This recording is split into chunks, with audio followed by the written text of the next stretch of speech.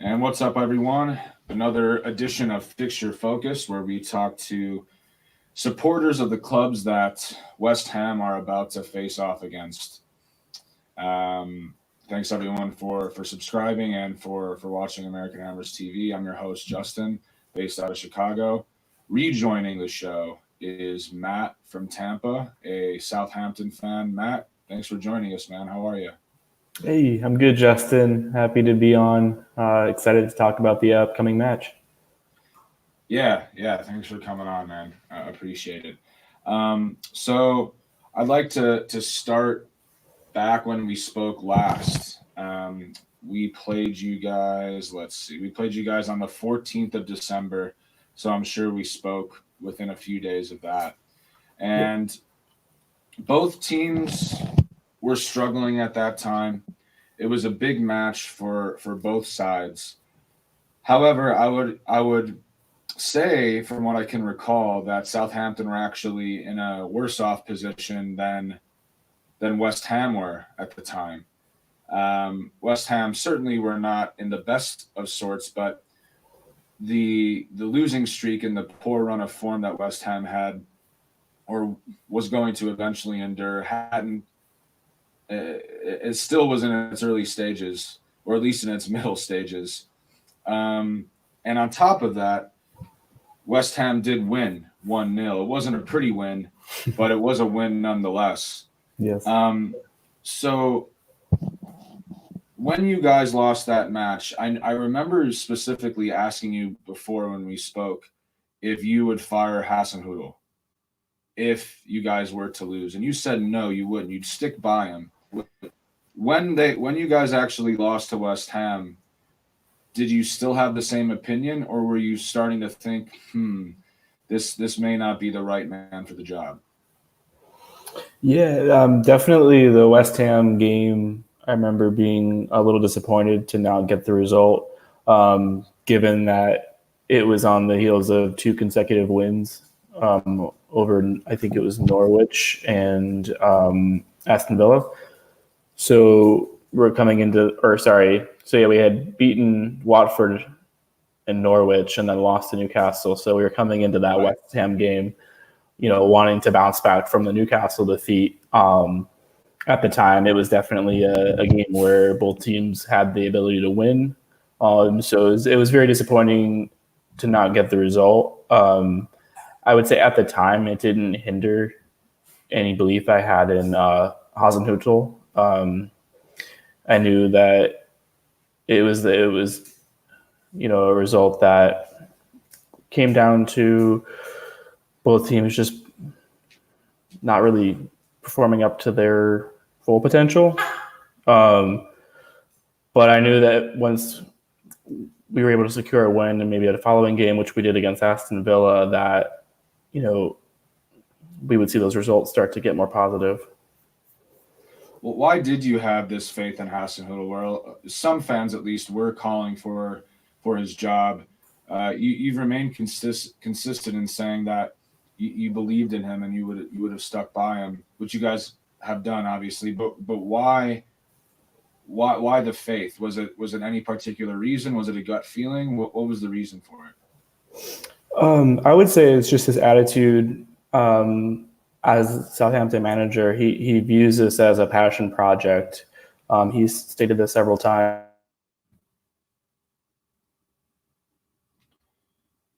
Oh no, we got some technical difficulties for Matt again. Man, I might have to test my improv skills.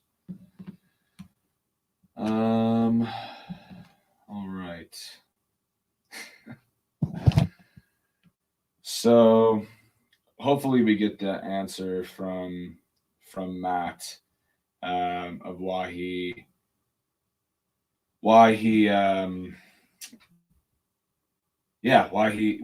continued to have faith in Hasenhüttl. It was interesting that he was so confident in Hasenhüttl. Even saying that if they were to lose to West Ham, a team that was slowly getting lower and lower down the table, towards Southampton. Even losing to them, he still would have faith. Now, if I look at the results here before that West Ham match, they did pick up a couple wins. They did beat Watford. They did beat Norwich before losing to Newcastle and then Southampton. But they had really started off this season extremely poor, including that 9-0 drubbing to Leicester.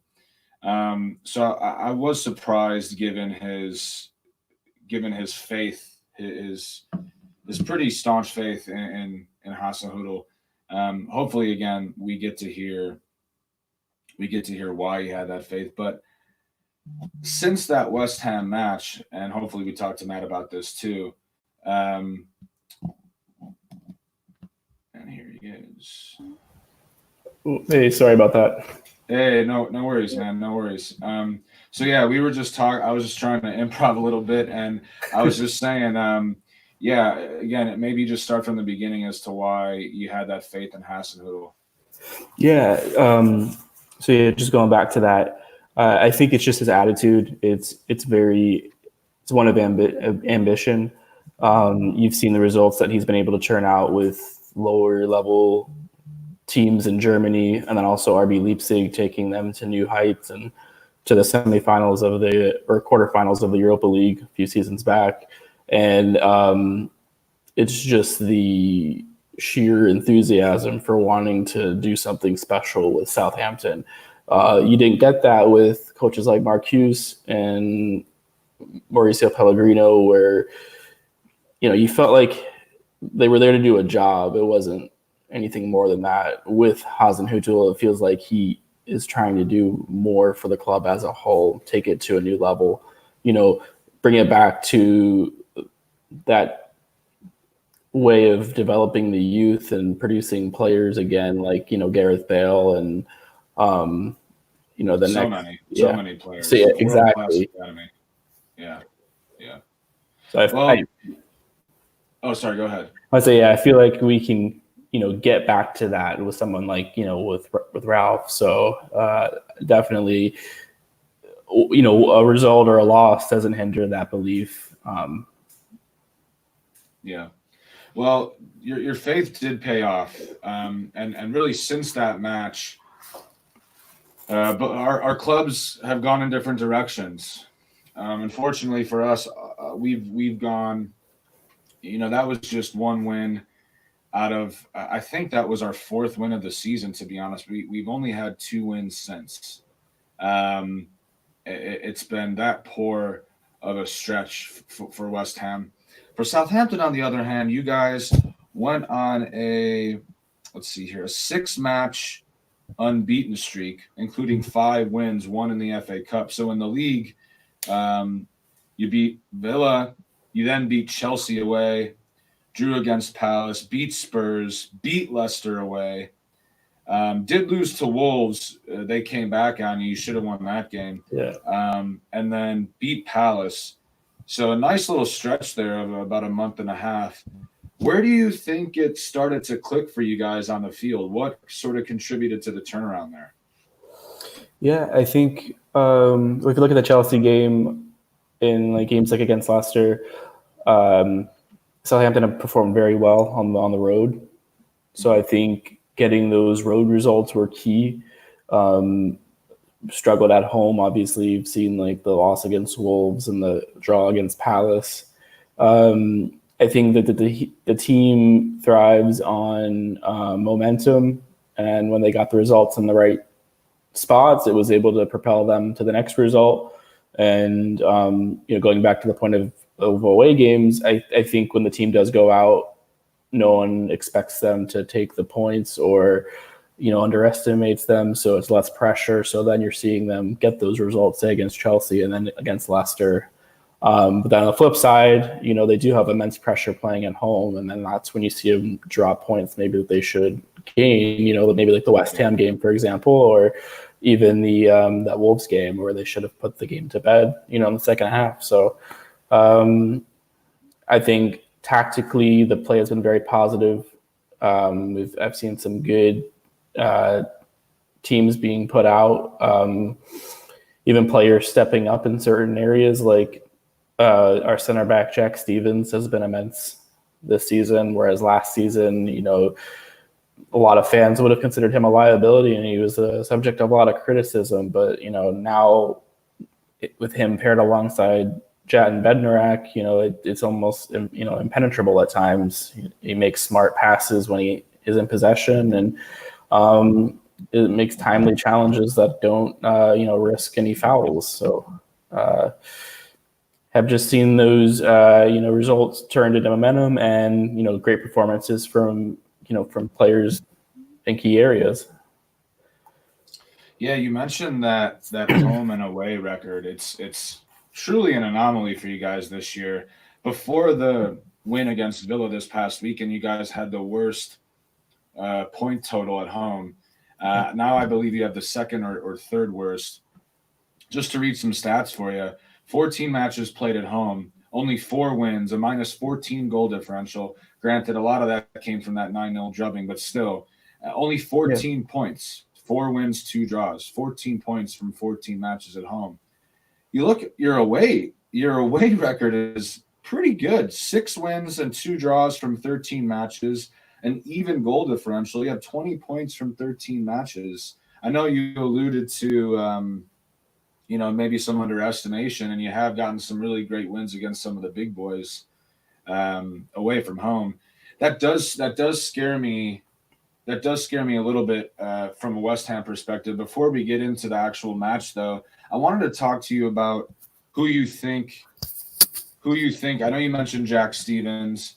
From an attacking perspective, though, who do you think's been your go-to guys? One from an outsider looking in, it seems like Danny Ings has really had a great season. I don't know if he's been the main man. I know Shane Long's had a decent season too. Again, who do you think from an attacking perspective has been key for you guys? Well, yeah, it's definitely accurate in saying Ings. His season has just been incredible. I think he's got 15 league goals, only less than Vardy and Aubameyang. That's been immense. I think a big part of the success, and it's nice to have someone like Danny Ings now who's able to put those goals away. Whereas in previous seasons, I feel Southampton has always lacked a natural finisher. Even going back to like Graziano Pella, as well as he played, there were definitely times where he would go through patches of being goal shy. So you just feel like when Danny has the ball that he's going to put it in the back of the net. So it's great to have that confidence, and that you can see that trickle down to the other players in the team. But as far as that, I think our midfield has been immense. Pierre Højbjerg, he's been very solid, is very aggressive, similarly to James Ward-Prowse. Those are 2 guys that definitely Southampton has come to rely on going back to last season. But I do want to touch briefly on just how impressive Stuart Armstrong has been for us. He's the Scottish midfielder. The last couple of games that I've watched him, it's just been really, really positive, and makes me really excited to see, what the team is able to do offensively. I mean, he contributes to a lot of the positive play that you see originate in the midfield. He backs it up with smart, incisive passes. On top of that, he's a really quiet worker. He's a very humble guy. You don't see him create a lot of stir, on the field or even off of it. So he's definitely a player that has shown he can be counted on, and has had some goals to show for it too. Yeah. He did have that cool goal. I know it was an open net at the end, but I love seeing those types of goals. That was cool to see. I'm just gonna. I hope I don't jinx it for you guys. But I don't think I will. I think you guys are safe. I think that win against Villa, mathematically, you guys technically aren't safe, but I think 39 points, 40. I think 39, in my opinion, will get it done this season to stay safe. Maybe even 38, but even saying 39, 5 points away. You have 11 matches to go. I think you guys will get it done. So I guess this is a twofold question, assuming that you're safe. What are you hoping to see moving forward for the rest of this season as a team? Like, what are some goals you have? And then beyond that, where do you think Southampton need to improve the squad in the summer? Yeah, those are some great questions. Um, I know you mentioned the safety element, obviously, and that's definitely a subject that's on the minds of Saints fans like myself. Being the last 2 seasons have been relegation battles, but I think it's also interesting to note that I believe Southampton have 34 points in the table. So at this point in this season, they're actually closer to a Champions League spot than they are to relegation. They So I are, think, wow. yeah.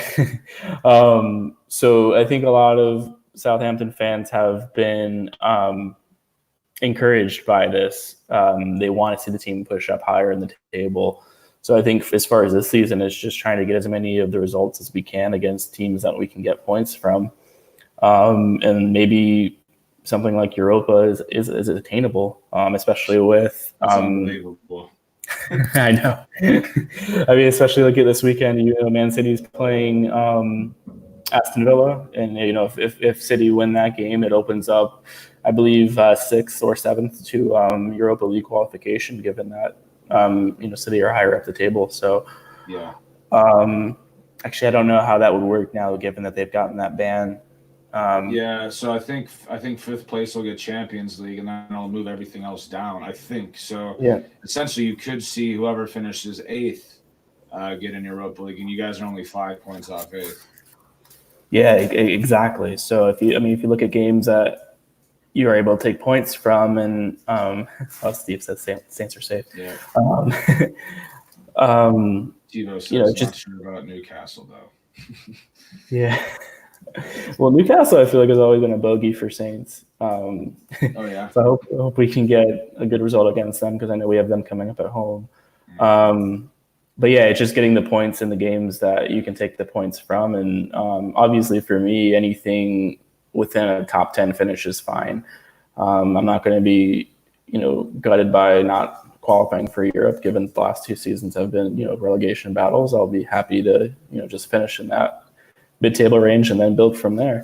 And then as far as the question of a summer rebuild, definitely I think a striker of a like quality to Danny Ings would be nice to bring in. Obviously we have Shane Long, Michael Obafemi, and Shea Adams. Where we've seen Shea Adams struggle in front of goal. Shane Long offers a lot of good pace in the attack.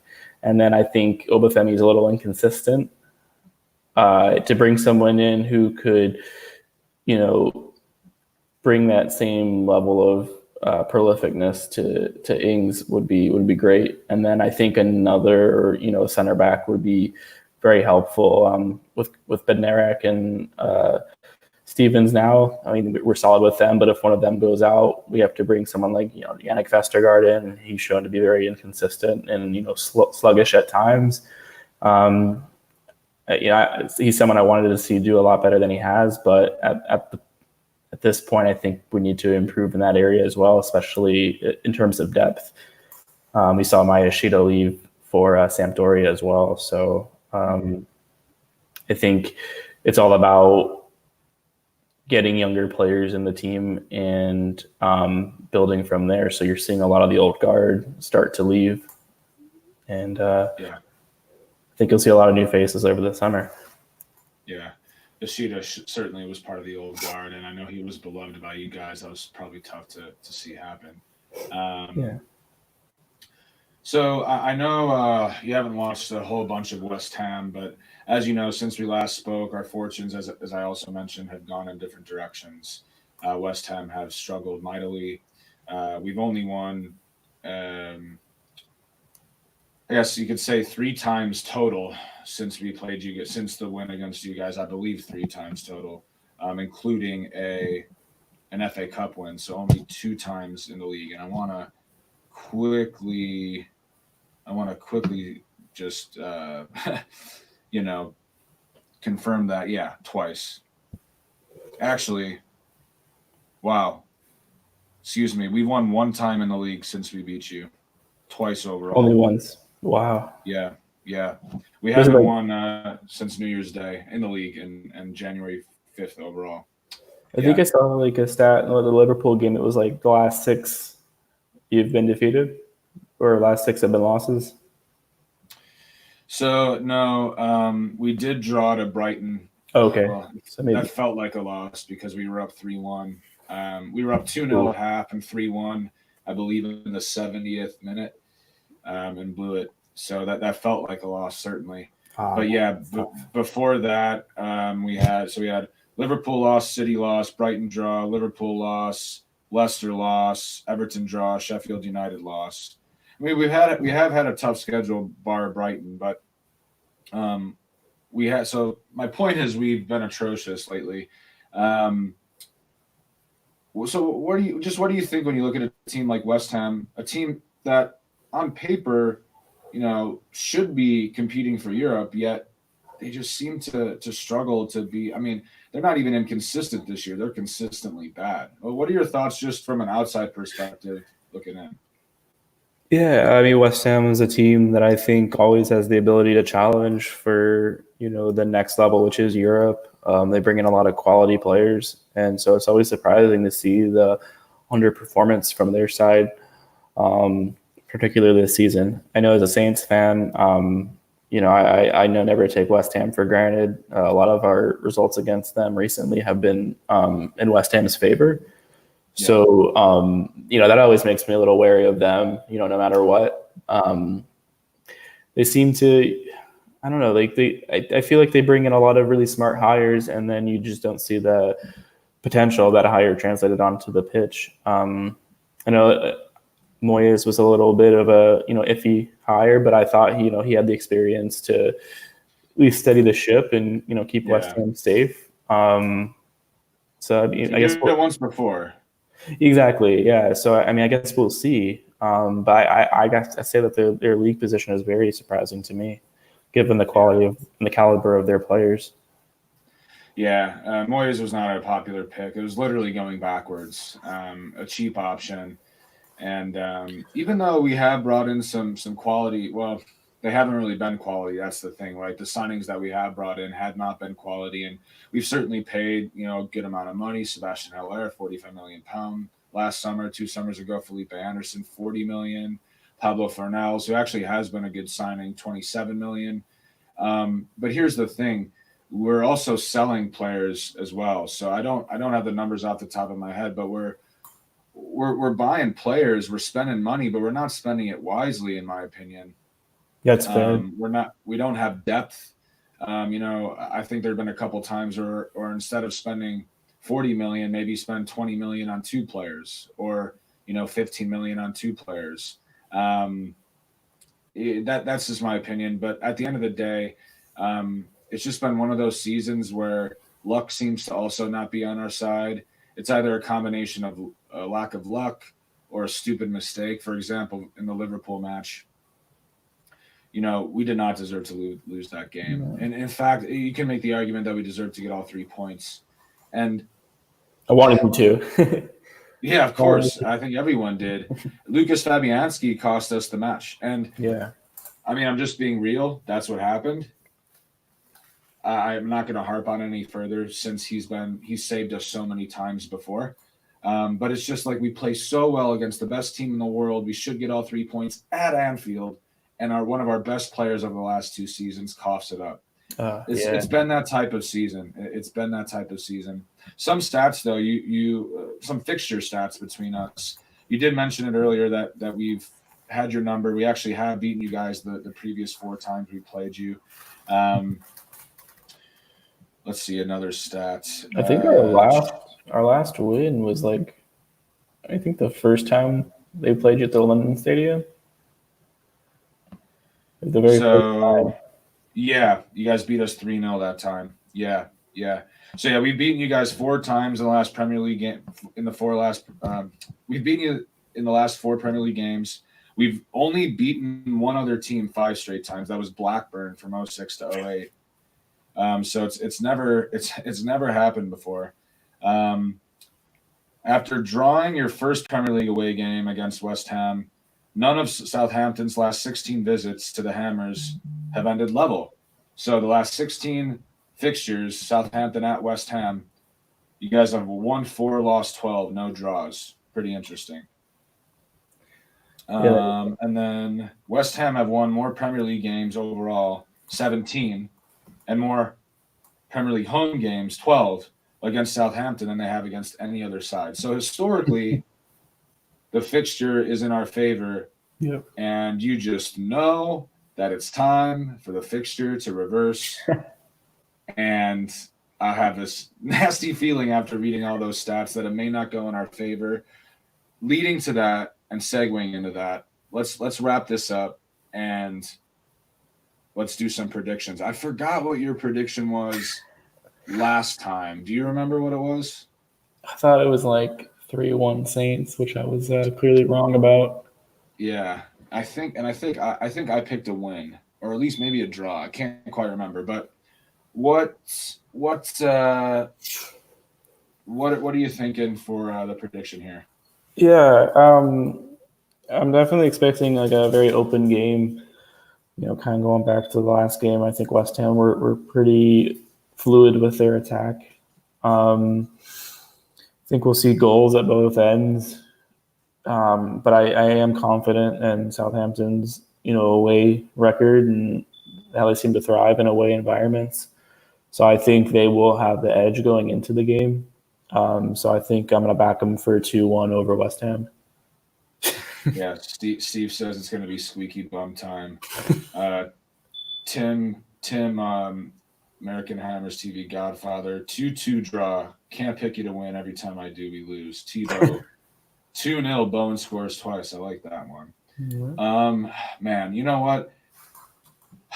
The last couple of times West Ham have been in relegation battles, we've always seemed to get the result that we need. We have yet to get that result really since we've beaten you, to be fair. Yeah. I just have this feeling, I don't know why. I don't know why I think this, but I have this feeling that things may go right for us on Saturday. Okay. It's a must win. And Yeah. I'll say this right now for everyone. It's a must win. I personally believe if we do not win this game, it's over. That's just my opinion. And I'm an optimist, but I think it's over. Given our 4 fixtures after you guys, away at Arsenal, hosting Wolves, away at Spurs, and hosting Chelsea. Yeah, those are tough. But I do think we're going to pull it out. I do think we're going to pull it out. Yeah. I think we are going to pull it out. Man, this is tough. I think we're going to pull it out 1-0. 1-0, same as last. I think it'll be a sloppy game. In terms of attacking football, I think our both defenses are going to be on point. I think it'll be more of a grinded out type of game. I think Fabianski's going to make a couple key saves, making up for last week. And man, it's tough because I just know that something's probably going to go wrong and not result into that 1-0 victory. But I think maybe it's just blind optimism at this point.